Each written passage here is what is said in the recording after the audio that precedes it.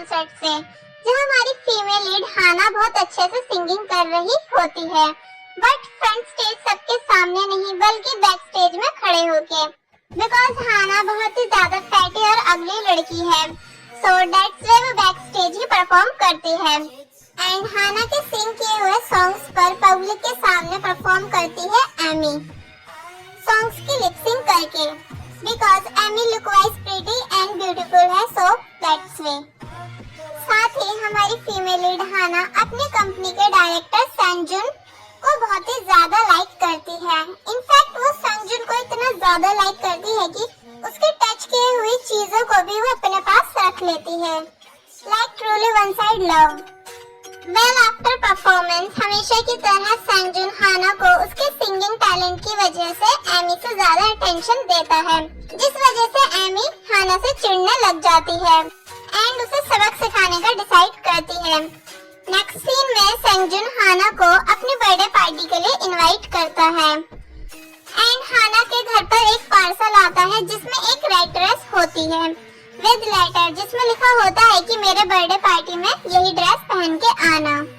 सो हाना काफी खुश हो जाती है और वही रेड ड्रेस पहन के संजुन की पार्टी में पहुंच जाती है, बट उस ड्रेस में वो और भी ज्यादा अगली दिख रही होती है और सबके सामने उसकी फुल इंसल्ट हो जाती है। एंड तभी वहाँ एमी आती है जो सेम हाना जैसी रेड ड्रेस पहनी हुई होती है, जिसमें वो बहुत ही ज्यादा ब्यूटीफुल दिख रही होती है। मतलब हाना को ये ड्रेस संजुन ने नहीं बल्कि एमी ने भिजवाई थी, ताकि हाना की सबके सामने इंसल्ट हो सके उसके फैटी वाइट की वजह से। तो हाना पूरी तरह से सैड होकर वहाँ से चली जाती है और वॉशरूम में रो रही होती है कि तभी उसे संजुन की आवाज सुनाई देती है, जिसमें वो एमी को डांट रहा होता है कि हम सिर्फ हाना का यूज कर रहे हैं उसकी वॉइस की वजह से, तो इसलिए हमें उसके साथ काइंड बिहेवियर रखना होगा, बिकॉज अगर वो चली गई तो सब स्पॉइल हो जाएगा। तो ये सारी बातें सुन के हाना पूरी तरह से टूट जाती है और वो घर के सारे खिड़की दरवाजे बंद करके सुसाइड करने वाली होती है कि तभी वो फुल बॉडी प्लास्टिक सर्जरी करवाने का डिसाइड करती है और बस फिर वो एक ग्रेट प्लास्टिक सर्जन से मिलती है एंड किसी को भी बिना बताए वहाँ से कहीं और शिफ्ट हो जाती है एंड देन स्टार्ट होती है हाना की head to toe plastic surgery. मतलब यार seriously full body plastic surgery, हिम्मत है भाई लड़की की। वेल हाना के बिना किसी को बताए गायब होने से संजुन की कंपनी और एमी की फैंस फॉलोइंग को बहुत बड़ा लॉस है और संजुन हाना को सब जगह ढूंढने लग जाता है, बट वो उसे कहीं भी नहीं मिलती है। एंड आफ्टर 1 ईयर फाइनली हाना की full body plastic surgery complete हो जाती है एंड जब वो मिरर में खुद को देखती है तो वो पूरी तरह चेंज हो चुकी होती है और खुद को इतना ब्यूटीफुल देख वो रोने लग जाती है। एंड फाइनली अब वो बहुत ही ज्यादा हैप्पी है because it's her new life.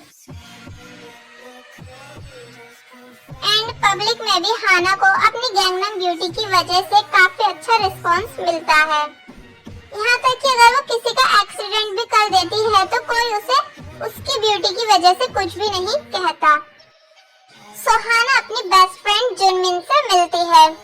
First time में जुनमिन भी हाना को पहचान नहीं पाती है, बट सच सुन के वो भी पूरी तरह से शॉक हो जाती है। सो हाना जुनमिन की हेल्प लेती है अपनी एक न्यू आइडेंटिटी बनवाने में। मतलब अब उसका न्यू नेम है जेनी, जो एक अमेरिकन कोरियन है।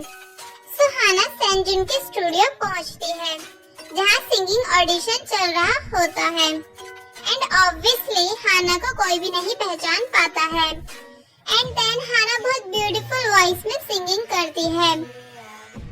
सो संजुन हाना को सिलेक्ट कर लेता है एंड हाना से म्यूजिक कॉन्ट्रैक्ट साइन करवाता है एंड देन स्टार्ट होता है हाना का फोटोशूट एंड टीवी एड्स। वहीं एमी हाना को ढूंढते हुए हाना के डैड से मिलती है जो मेंटली डिस्टर्ब होते हैं। तो एमी हाना के डैड से हाना के बारे में काफी कुछ पूछती है बट वो कुछ भी नहीं समझ पाते हैं। तो हाना के डैड फ्रेंड एमी को परेशान देख उससे एक डायलॉग बोलते हैं कि सिर्फ ऊपर वाला ही सब कुछ कर सकता है, हम सब इंसान वही करते हैं जो हम करने के काबिल होते हैं। सो नेक्स्ट सीन में हाना सेंजुन के साथ बहुत ही ज्यादा खुश होती है और सेंजुन को अपनी ब्यूटी से इम्प्रेस करने के लिए सही से सिंगिंग नहीं करती है।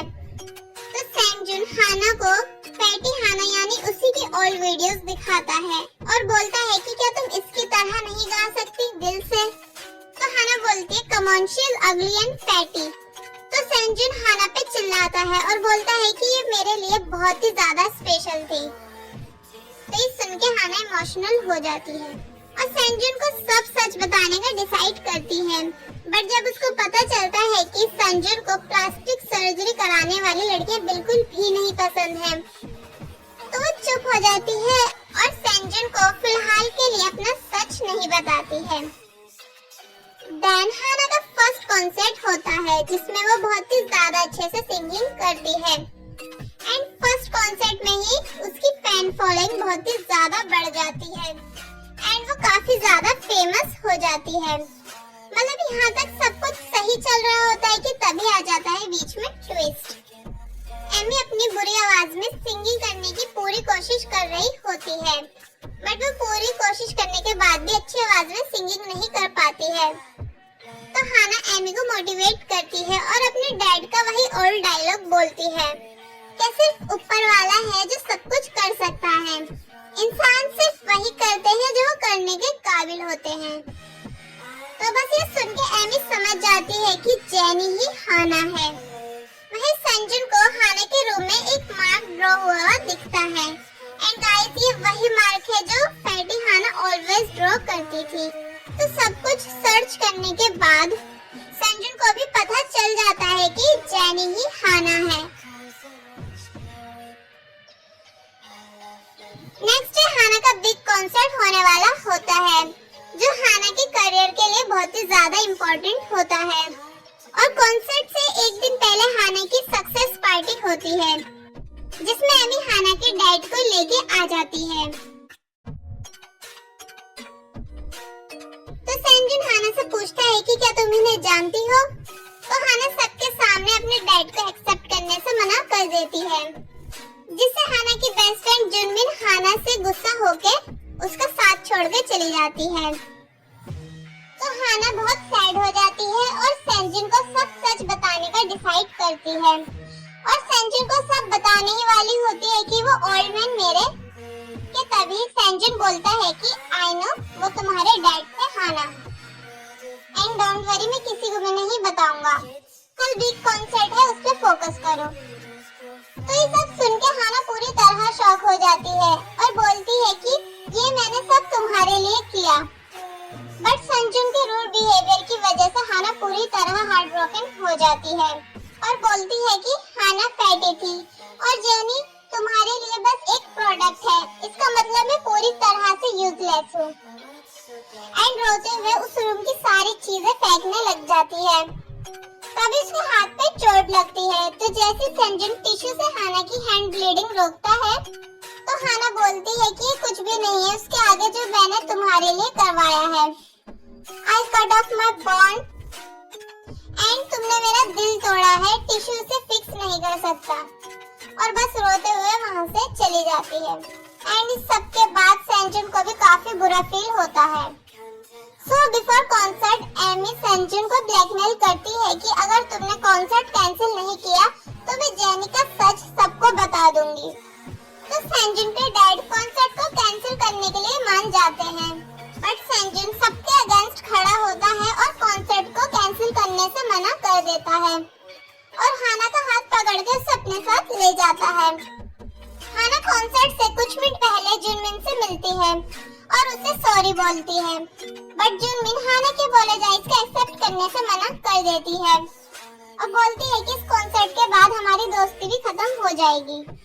तो हाना और बुरी तरह सैड हो जाती है एंड जब वो स्टेज पे सबके सामने परफॉर्मेंस के लिए आती है तो वो सिंगिंग नहीं कर पाती है और अपने डैड को देख के रोने लग जाती है एंड रोते हुए अपने सभी फैंस को अपनी रियल स्टोरी बताती है कि उसका रियल नेम जेनी नहीं हाना है। एंड वो एमी की घोस्ट सिंगर थी और बहुत ही ज्यादा फैटी और अगली थी, इसलिए मैंने फुल बॉडी प्लास्टिक सर्जरी करवाई। बट अब जेनी बनने के बाद मैं सिंगिंग नहीं कर पा रही हूँ क्योंकि अब मैं पूरी तरह से अकेली पड़ गई हूँ। तो हाना की पूरी स्टोरी सुन के उसके फैंस भी इमोशनल हो जाते हैं और हाना को इट्स ओके बोल के चीयर अप करने लग जाते हैं। एंड तभी संजन हाना की old recorded song video play कर देता है और हाना की बेस्ट फ्रेंड भी हाना को माफ कर देती है। ये देख हाना काफी खुश हो जाती है और भाग के अपने डैडी को हग कर लेती है। आफ्टर शो हाना की लाइफ टोटली चेंज हो जाती है एंड संजन भी हाना को ट्रूली लाइक करने लग जाता है। Not for her good look बल्कि उसके इनोसेंट नेचर की वजह से। और बस यही हो जाती है ड्रामे की हैप्पी एंडिंग।